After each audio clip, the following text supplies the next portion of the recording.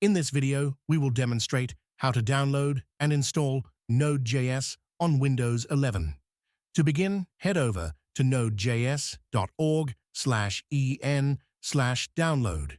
Here you will have several drop-downs you can change that will alter how Node.js is provided.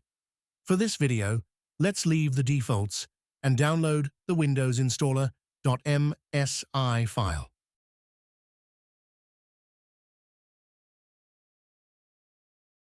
Once the download is complete, open the installer. Go through the prompts, clicking Next and leaving the default options.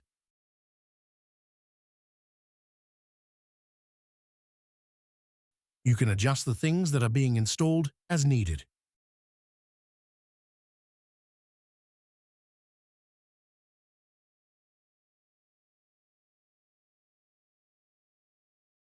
Additionally, there is a prompt to install additional tooling, which may be needed depending on how you plan to use Node.js.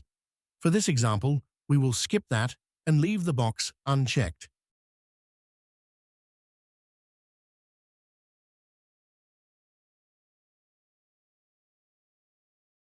Once the install is complete, click Finish.